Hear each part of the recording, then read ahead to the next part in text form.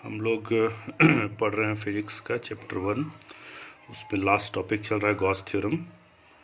और Gauss theorem को पढ़ने के लिए सबसे पहले आपको सॉलिड एंगल का कंसेप्ट बताए हैं। फार्मूला याद होना चाहिए सॉलिड एंगल निकालने के लिए, बहुत बार रिपीट कर चुके हैं। Delta s cos theta by r square, close surface के बाहर सॉलिड एंगल टोटल 0, अंदर में टोटल सॉलिड एंगल 4 पाई, ये बताए थे। दूसरा टर्म था इलेक्ट्रिक फ्लक्स।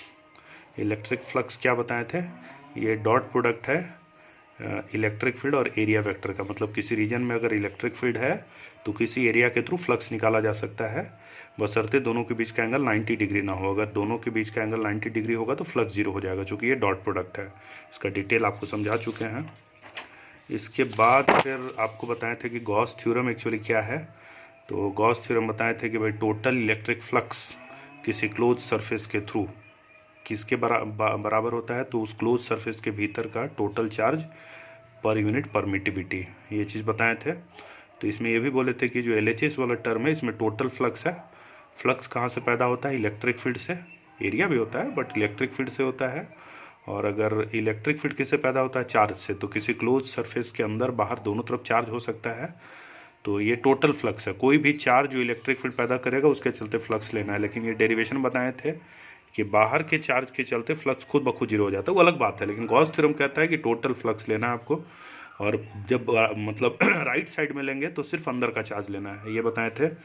और इससे जुड़ा हुआ कुछ क्वेश्चंस देखे थे, आपको बताए थे कुछ डायरेक्ट कैसे एप्लीकेशन पे क्वेश्चन बनता है। इसके बाद हम लोग गॉस थ्योरम का एप्लीकेशन पढ़ रहे थे। कल का जो भी वीडियोस था वो एप्लीकेशन पे बेस्ड था। एप्लीकेशन को ही आज करेंगे, बाकी जो बचा हुआ है आई थिंक आज ये चैप्टर आपका ख़त्म हो जाएगा, क्योंकि कल 3 एप्लीकेशंस बताए थे आपको।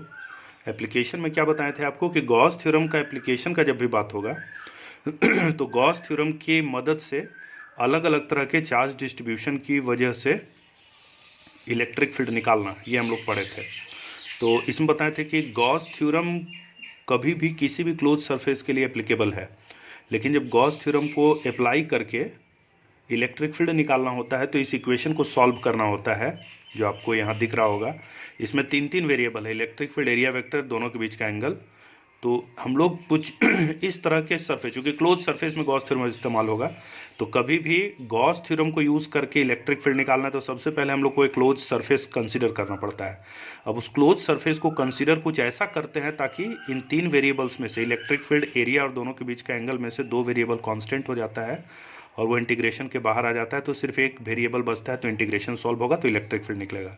ऐसे ही बताए थे पॉइंट चार्ज के चलते इलेक्ट्रिक फील्ड कितना आया था? Q/4πε0r²।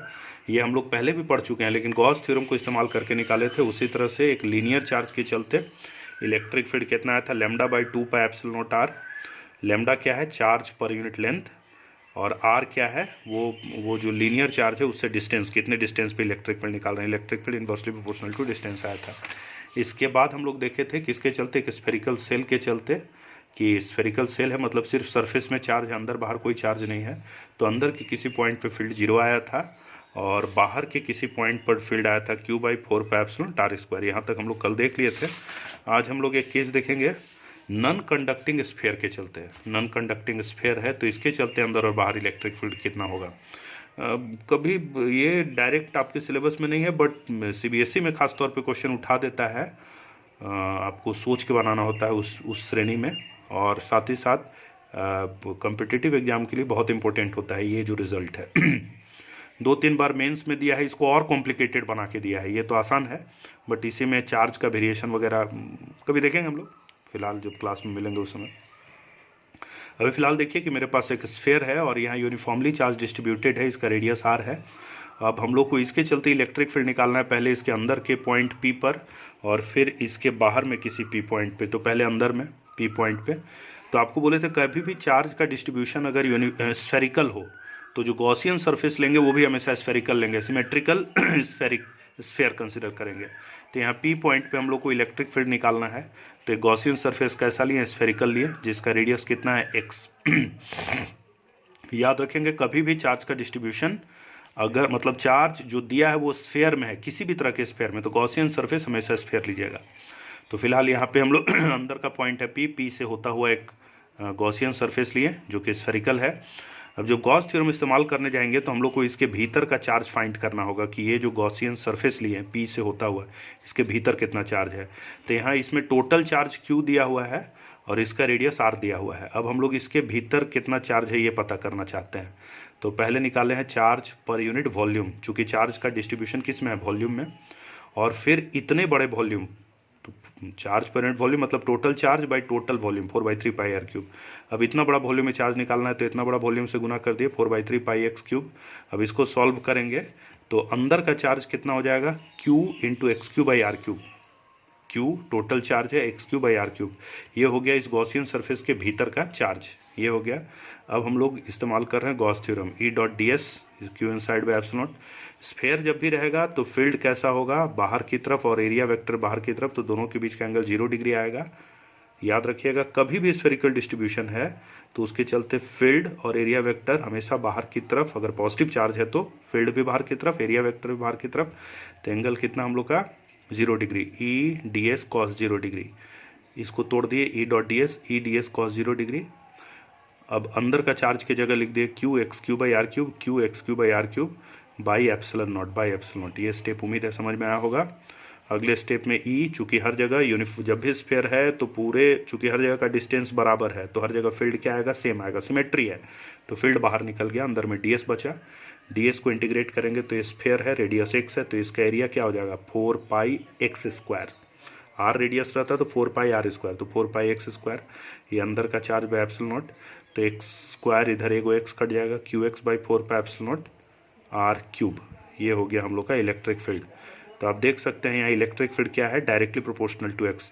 तो बड़ी अजीब सा वेरिएशन है, आमतौर पे electric field inversely proportional to distance square होता है पॉइंट चार्ज के चलते, यहाँ डायरेक्टली प्रोपोर्शनल टू x है। सो बी केयरफुल, ध्यान देना है। अंदर में यानी किसी भी गॉसियन सरफेस के भीतर अगर बात करेंगे तो सेंटर से जैसे जैसे आगे बढ़ेंगे इलेक्ट्रिक फील्ड का वैल्यू बढ़ता जाएगा। अगर पूरा का पूरा में अंदर में चार्ज भरा हुआ है और यूनिफॉर्मली चार्ज डिस्ट्रीब्यूटेड है तो सेंटर से आगे जैसे जैसे चलेंगे, यूनिफॉर्म चार्ज डिस्ट्रीब्यूशन है तो सेंटर जैसे जैसे आगे चलेंगे इलेक्ट्रिक फील्ड बढ़ता जाएगा। ये सरफेस तक के लिए वैलिड होगा।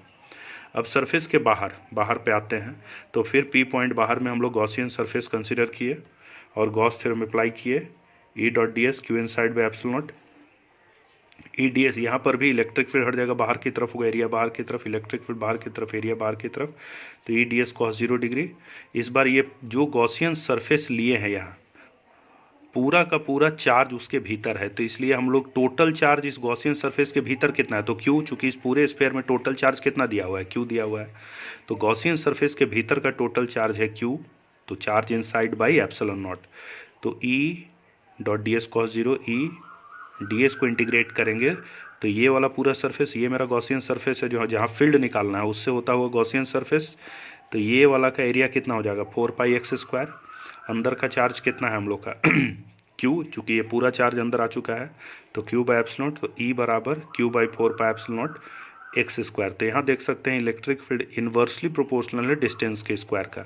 मतलब जैसे ही सरफेस से बाहर जाएंगे इलेक्ट्रिक फील्ड घटने लगेगा। किस तरह से घटेगा, डिस्टेंस के स्क्वायर के इन्वर्सली प्रोपोर्शनल घटेगा। ठीक है, तो ध्यान दीजिए दोनों रिजल्ट को अगर एक साथ देखते हैं, साथ में देखते हैं तो हम लोग ये देखेंगे कि सेंटर से जब आप चलना शुरू करते हैं तो फील्ड बढ़ता है, सेंटर से चलना शुरू करते हैं सरफेस तक तो फील्ड बढ़ता है डायरेक्टली प्रोपोर्शनल टू x, और सरफेस से जैसे ही बाहर निकलते हैं field inversely proportional to distance square. तो फील्ड का वेरिएशन हम यहाँ पे फिर एक ग्राफ दिखा रहे हैं इसके बारे में, दोनों चीज़ को मिलाते हुए एक साथ। देखिए इस ग्राफ को कैसे ड्रॉ कर रहे हैं। यहाँ y एक्सिस में इलेक्ट्रिक फील्ड को लिए हैं और x एक्सिस में लिए हैं यहाँ पे डिस्टेंस का वेरिएशन। कहाँ से, डिस्टेंस सेंटर से। ये पॉइंट का मतलब क्या हो गया, सेंटर ऑफ द स्फीयर हो गया। इस पॉइंट का मतलब क्या हो गया, सेंटर ऑफ द स्फीयर हो गया। यहाँ से बढ़ रहे हैं, यहाँ पे फील्ड क्या है 0, चूँकि यहाँ x का वैल्यू 0 रखेंगे तो फील्ड क्या आ जाएगा 0, यानी स्फीयर के सेंटर पर फील्ड क्या है, इस फार्मूला में देख सकते हैं x 0 होगा तो फील्ड 0, x बढ़ेगा तो फील्ड बढ़ेगा। तो शुरू में फील्ड लीनियरली बढ़ रहा है, कहाँ तक, up to the radius. Field linearly बढ़ रहा है कहाँ तक, ये रिलेशन कब तक वैलिड होगा, अंदर के लिए, रेडियस तक के लिए। तो ये मान लो यहाँ पे रेडियस, तो रेडियस तक के लिए फील्ड क्या हुआ, लगातार बढ़ा। ये R लिख दिए, यानी सेंटर से रेडियस तक गए तो फील्ड लगातार बढ़ा, स्ट्रेट लाइन में डायरेक्टली प्रोपोर्शनल है।